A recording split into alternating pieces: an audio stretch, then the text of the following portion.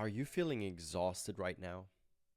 Perhaps exhausted from God's demands or the demands of others? Are you constantly striving to please God in a way that leads you to exhaustion and burnout?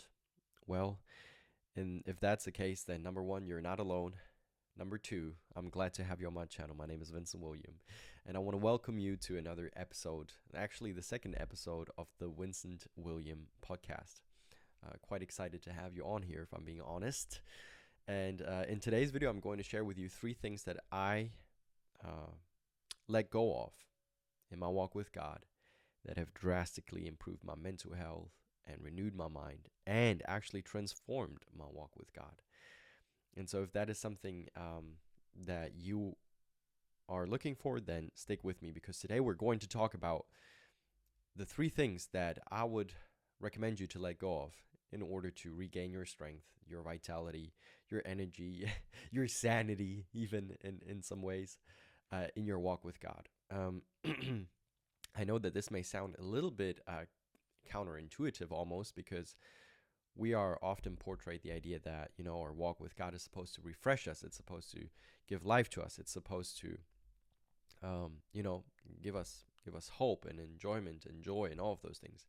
And I, right now, want to say that I completely believe that it is possible to have a walk with God that is full of love and life and joy, a walk with God that rejuvenates you, refreshes you, re-energizes you, so to say. But there are certain things that can and will keep us from walking in that love, in that light, in that joy, in that freedom, in that healing that God Himself does promise us in His scriptures and His word. So, yeah, I'm super, super, super glad that you came over to watch this video. I really, really am. But before we move on, you may be able to hear it in my voice. I'm a little congested, and actually, I feel like I'm quite congested at the moment.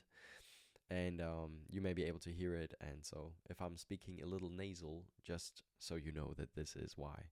I'm a little sick, but I still wanted to pump out this video because I do think that if you can learn to let go of these three things, you are going to start to see improvements in your walk with God, in your life. And yeah, I've been learning to let go of these three things for multiple years now. And I remember that at the very beginning, it was, in some ways, excruciatingly uncomfortable, yet very, very interesting. And it gave me a lot of joy and hope and, in some ways, peace. But it was not always easy. It was challenging. And so I'm here to encourage you and to walk you through it. But before we go into the three tips, seeing that you are interested in, transforming your walk with God and walking in freedom and wholeness and healing, I want to encourage you to download my free PDF guide where I, lay out rather a couple of practical tools, questions for reflection, and some insights that can transform your prayer life of prayer, and walk with God. And I designed this guide to, kind of help you transform your mental health, to walk closely with God, and to thrive without striving or burning out. And yeah, those are there. I laid out a couple of tips and practical tools that have really, really helped me. And so, yeah, that is absolutely for free. If you feel like this might be interesting to you, just go to thevincewilliam.com/formula and download it for free. So, the first thing that we need to look at is the fear of punishment. Your relationship with God is designed to be a lifelong love relationship. Yes, it's not meant to be a punishment-based relationship, as we are often taught in this world, where love can oftentimes be conditional rather than unconditional. But your relationship with God is a love relationship. It ought not to be motivated by fear, or it is not a relationship that you keep up with your works, etc. So a punishment-based relationship often feels like earning love rather than receiving it. All right, so this is huge. Imagine a child who only gets affection when they perform perfectly, never making mistakes, always obeying instantly, and never questioning. Over time, this child would not feel truly loved. They would feel like they were in a transactional relationship, constantly striving to be good enough. So if that right here sounds like you, or if that's something you can relate to, then that might, be a sign that your relationship with God is punishment based.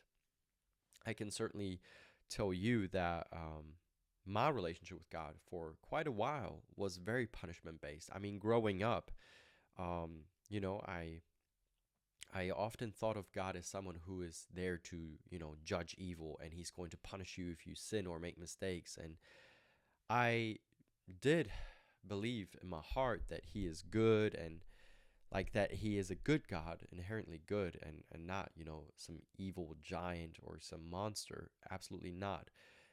But when I thought of the idea that there is a hell, and God is able to put people in there, souls in there, that did frighten me, and it evoked a sense of fear inside of me.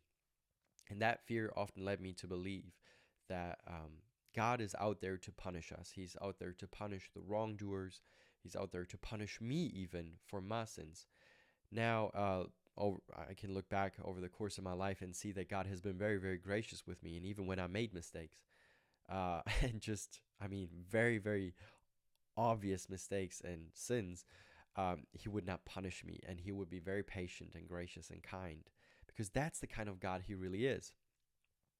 But I still found myself trying to earn God's love. Especially when my walk with God became a lot more serious, and I really devoted my life to Jesus.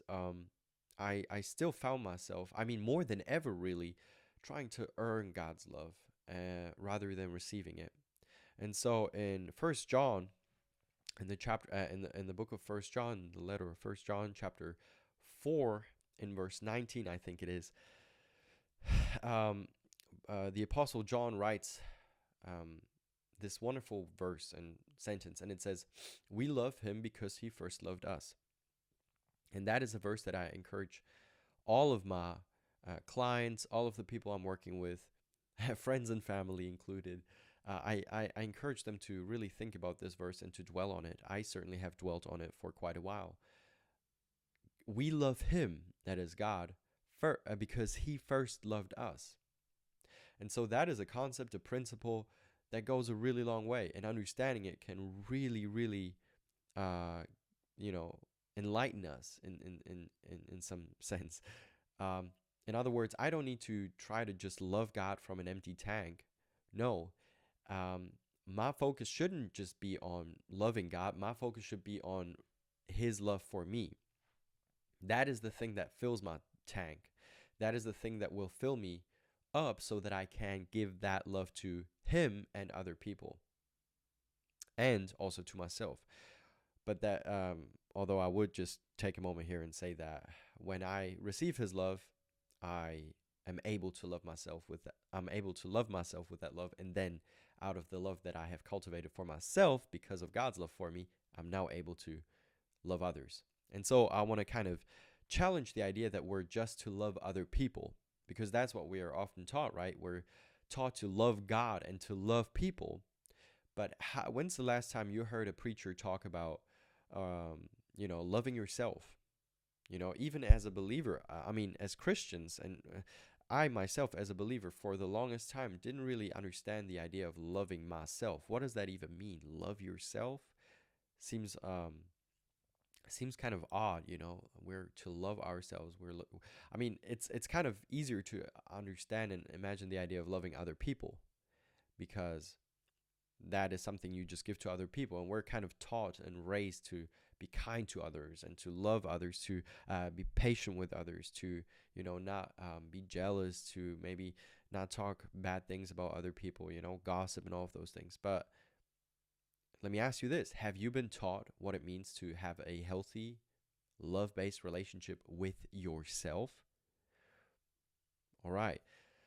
So, for a long time, for many years, I attempted to have a good relationship with God while be having a bad relationship with myself, for lack of a better word. Like, I would try to love God and to do what He wants me to do, but I would be at odds with myself. I would be my own worst enemy.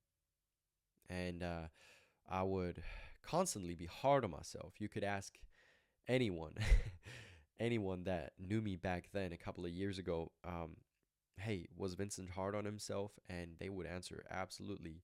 He was very, very hard on himself, and he had a very difficult time extending grace towards himself. Now, I have grown. I quite significantly. I've grown a lot, but still, that is something I still need to practice. It's something that I need to practice, especially during challenging times in my life. It can be difficult to extend grace to yourself if you're going through, tumultuous trials, difficult trials. You may you may find it difficult to extend grace to yourself. Right now, I'm going through a season with a couple of changes in my environment, and they're not easy. Some of them came quite unexpected, and so I have noticed how I sometimes turn on kind of turn in on myself or turn on myself, and I think, well, yeah, it's probably because I did something wrong, or maybe God is trying to teach me a lesson here, or um, you know yeah, well, this is because I didn't do this, or because I'm not doing this. And you see how the narrative here is that I'm the problem. I'm the problem. I am the reason why things are the way they are. And if we're just being frank and just very kind of clear on this, that is actually a trauma response. People who have been neglected, abused, and who struggle with trauma, they are almost conditioned, in the very sense of the word, conditioned to turn on themselves, to be their own enemies.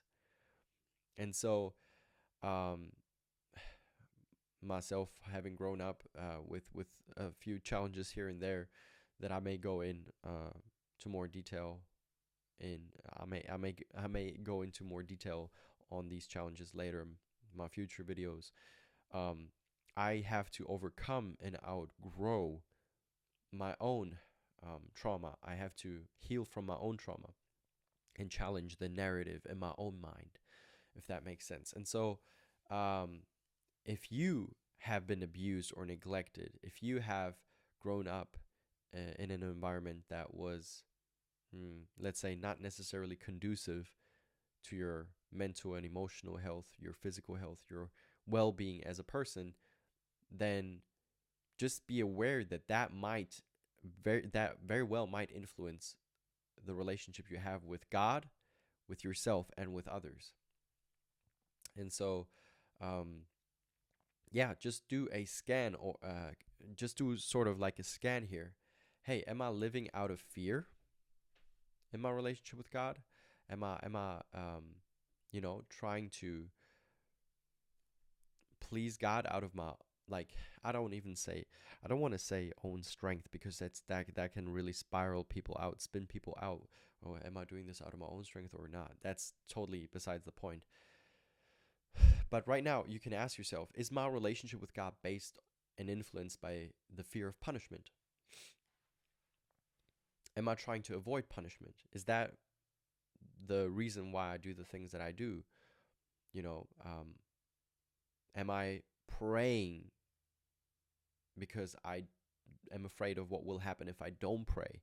Am I praying because I'm afraid of God's reaction if I won't pray? Am I reading my Bible um, to prove God something, or to prove myself something, or others perhaps? I myself, I did a lot of prayer and Bible reading and fasting even to prove to God, others, and myself that I am a devoted believer. And at first it was awesome and it gave me something back, but the more I did it and the more radical I became about it, the more intense my devotions became, the more I felt like I was entangled in bondage. And I know this may sound This may sound crazy to some people because it's like, what? You felt in bondage because of prayer and Bible reading? And the answer is yes. The answer is yes. Because there's a difference between doing things out of love and doing things out of fear. And if you sense yourself and see yourself living out of um, the fear of punishment, you're trying to avoid the fear of punishment, then I can almost definitely guarantee you that you are going to deal with exhaustion, with a sense of burnout, with a sense of, um, depression, even because you're constantly devoting so much of your energy towards avoiding punishment, and that is not healthy.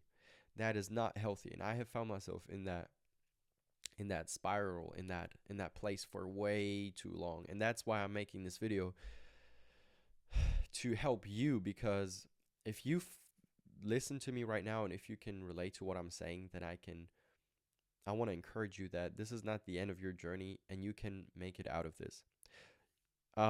True love is not based on performance. It's not based on performance. It's not based on your actions, on your thoughts, on your words, or your deeds. Yeah, those are the things I kind of mean by performance right now. True love is based on who you are. And the beautiful thing is that God's love is not conditional like a performance-based system, getting grades, ticking off the boxes, checking off boxes or whatever. No, God's love is relational. That is a huge keyword. It is relational, which, by the way, may feel very. It may be difficult to understand. What does that even mean? God is relational, and God's love is relational. It may not always be easy to understand that and to follow that, especially when you're going through hard times. It's easy to just go black and white. When you go through a hard time and you're experiencing pain and suffering, it is easy to go black and white and say, oh yeah, that's because I did something wrong, or that's because I'm not doing something. That's what I would often do. When I experience pain or suffering, I would often turn on myself and say, well, that's probably because I did something, and God is punishing me. Or sometimes when I would feel pain or suffering, I would turn on myself and say, yeah, that's probably because I'm not doing something that I should be doing. And so I should on myself. I should and could on myself in that sense, in that scenario. And again, I'm totally not cussing here by saying that you're shoulding on yourself. That's just kind of to, I'm just kind of like talking about a very, very unhealthy habit. Shoulding on yourself, constantly thinking, I should be doing this, I could be doing this, I should not have done that, I could have done that. It's a habit that is healthy to break. It's good to break that habit. And so God's love is relational, and a good example would be a parent who loves their child even when they fall, even when they make a mistake. Yeah, there are good parents out there. I'm just gonna say that there are good parents out there. I don't know about your parents and how you were raised, and the environment that you grew up in. I wish I would know more about that, but because then we could, work more on a even more personal level together on your journey. But if your walk with God feels like a never-ending effort to stay in His good graces, it might be time to shift from striving for approval to resting in His love.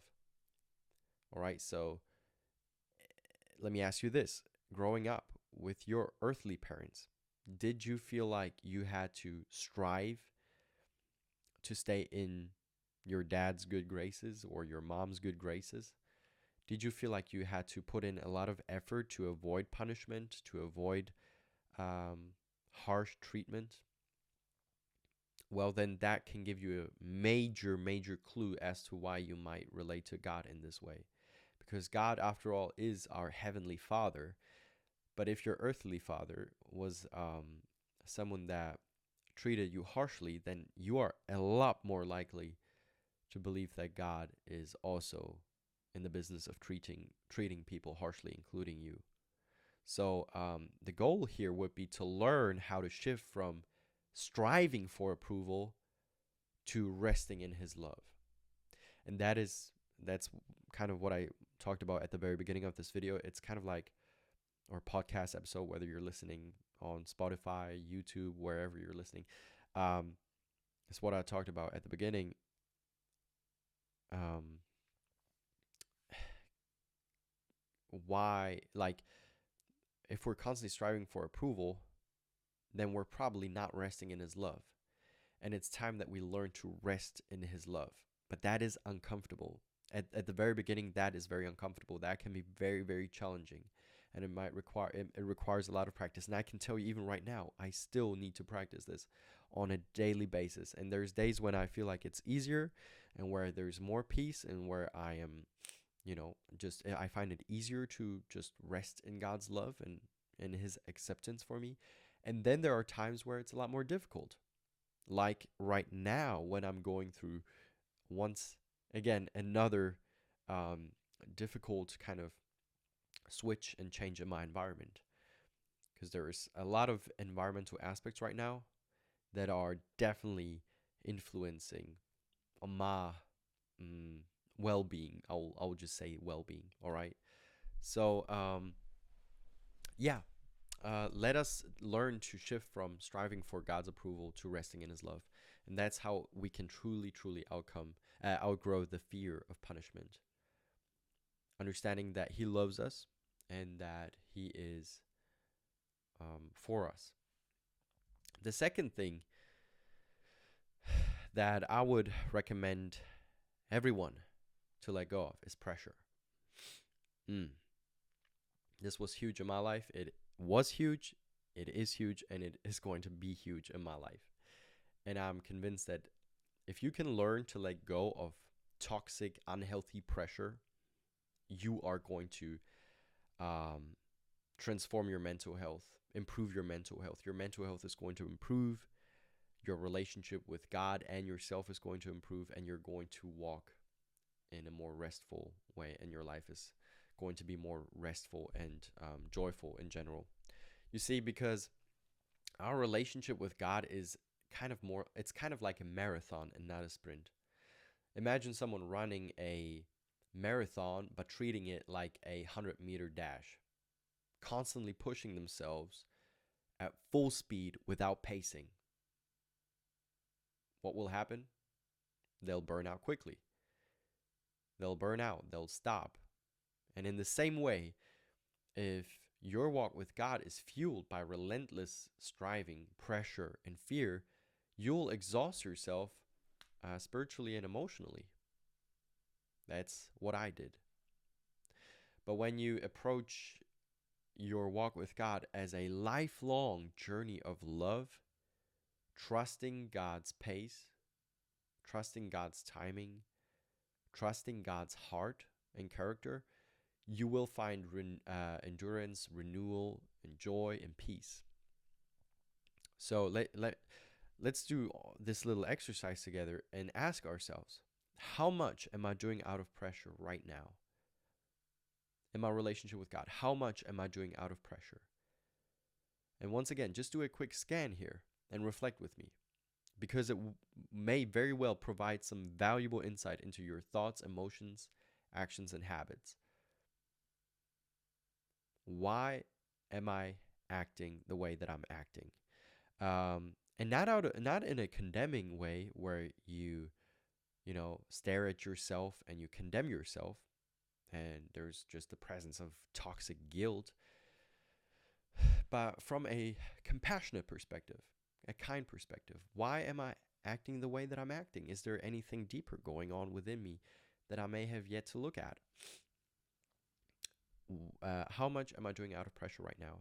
I remember a few years ago, I I would do a lot out of pressure. I would pray out of pressure. I would fast out of pressure. I would read the Bible out of pressure. Sometimes I would stay up all night long to reach my goal of Bible reading or prayer, which actually, if we're kind of taking that road right now, and I'm sharing this aspect of my journey with you, it actually really, I would say, drastically um, mm, improved, the opposite of improved, essentially. It reduced my mental health. It lessened it, so to say, because sleep is very important for our mental health. But in an attempt to make good on my promises to God, which that's a conversation for another time, but uh, I promised God that I would pray for at least 1 hour a day. And sometimes I would procrastinate so much on it that I had to kind of do it at 2 or 3 a.m. in the, like 2 or 3 in the morning. And I would fall asleep during this session of prayer. And then I'd, force myself back up, and I would maybe restart the timer. Yeah, sometimes I would turn on a timer. And I would try to make good on my word, so to say, and fulfill my vow that I would pray for 1 hour every single day until the day that I died. And by the way, if you're very curious, I since have actually broken that vow, so to say. I've asked God to release me of it. But I remember when I asked God, "Hey, God, please release me of that vow that I made." It was as if God was already waiting there and saying, "Bro, like not bro, but like, hey, kid, you have already been released. I've released you a long time ago. Like, this was never my plan for you. This was never my intention." And so, yeah, do a scan. How much are you doing out of pressure right now? Are you currently trying to fast in order to get rid of certain bad habits, or to change certain aspects of yourself, and so or your environment? I'm not saying that fasting in and of itself is bad. I'm just encouraging the both of us right now to kind of question our motives as to why we do what we do. I'm not sure if we'll all. I'm actually unsure about the idea, or that we will always know our motives, or that we will find out our motives, because I think that we as humans are incredibly complex, and motives are a very, very complicated um, field of study and science, and just in general humanity. But I do think that just kind of listening mm, to to the answers that come when you question your motives can be helpful. So, um, why am I doing this right now? Am I trying to prove myself to God? Am I trying to um, prove myself to others? Am I trying to prove something to myself? Um, am I doing this out of fear, trying to avoid punishment? Pressure can come in a variety of different ways, and realizing that when you are doing something out of pressure, that it's probably not God putting that pressure on you, but it is you putting that pressure on you, or other people, also very possible, that can really, really help set you free. Because Jesus said in Matthew 11:28 through 30, which, by the way, is one of my favorite verses in Scripture. It pretty much never fails to give me at least some sense of comfort. Um, Jesus was, talking about rest and burdens, and how to find rest in Him. And He said, "Come to me, all you who labor and are heavy laden, and I will give you rest. Take my yoke upon me and learn from me, for I am gentle and lowly in heart, and you will find rest for your souls. For my yoke is easy and my burden is light." All right, come to me, all you who labor and are heavy laden, and I will give you rest. Take my yoke upon you and learn from me, for I am gentle and lowly in heart, and you will find rest for your souls. For my yoke is easy and my burden is light. Yes, I kind of just felt like I want to say it twice. My yoke is easy, and my burden is light. Working together with Jesus is easy in a sense because the yoke here also symbolizes a sense of work because the yoke was used back in the day for oxen, and they would put two oxen together, and they wouldn't put extremely strong ones with extremely weak ones, etc. And because there was almost like this little science behind why they would pair certain, pairs of oxen together to accomplish things. And Jesus is saying, my yoke is easy and my burden is light. I think there's multiple ways to interpret this, maybe because he's doing all the work and the heavy lifting. But yeah, walking together with Jesus, it is his heart for us to experience his rest. It is his heart for us to take his yoke upon us and to learn from him.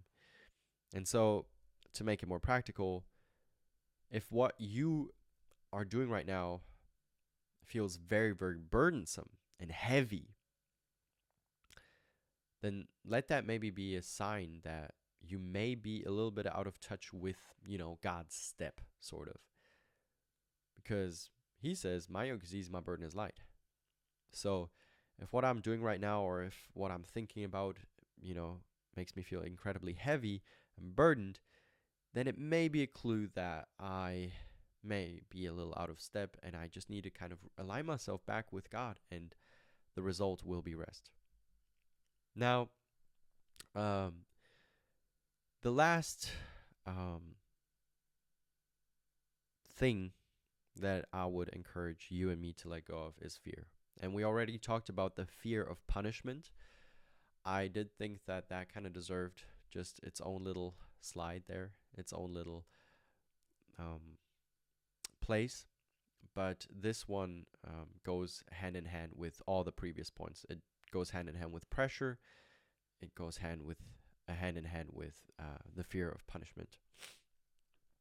Fear is something that you and I should definitely learn to let go of,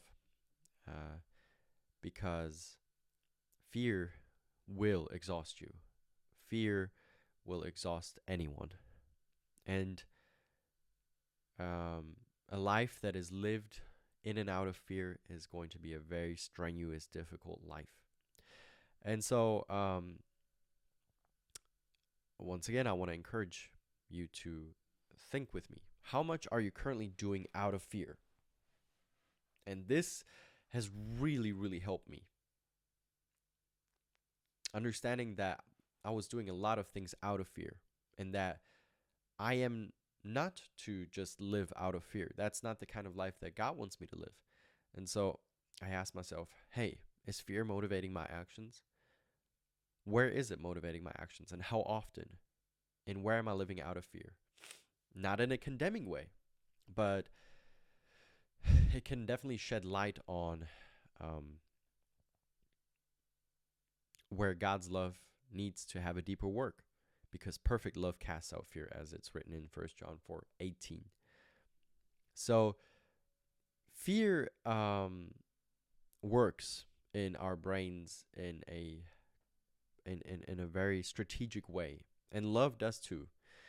Neuroscience shows that love and fear activate different parts of the brain. And I think that's so interesting that both love and fear actually they activate parts of the brain, and they influence parts of the brain. Love, which includes trust and connection, activates the prefrontal cortex. And the prefrontal cortex is it is responsible for decision making, for emotional regulation, and just in general a sense of security. Fear, on the other hand, triggers the amygdala, which is responsible for stress responses like anxiety, hypervigilance, and even burnout. And so if your walk with God feels exhausting, it may be because you're operating from fear rather than love. Because a love-based relationship with God fosters peace and renewal. A love-based relationship with God, it adds joy in life and peace and renewal. While a fear-driven Relationship with God leads to stress and exhaustion.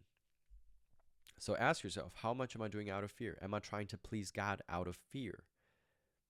The thing here is that um, the more you obey those thoughts, the more they grow. And that's something to just kind of ponder too. Or thought we cannot really decide on the thoughts that come into our mind, but we can to I would say a vast degree decide on which thoughts we dwell on, which thoughts we feed, which thoughts we obey. And if you obey those thoughts out of fear, if there's thoughts in your mind that create a sensation of fear that you are going to be punished, for example, if you're not going to do that, then those thoughts are actually going to increase in number and intensity. And here, another keyword would be neuroplasticity. I myself have almost, I could say, conducted a study on neuroplasticity in my own brain, in my own life, because I myself am an experiment in that regard, because I noticed back in the day when I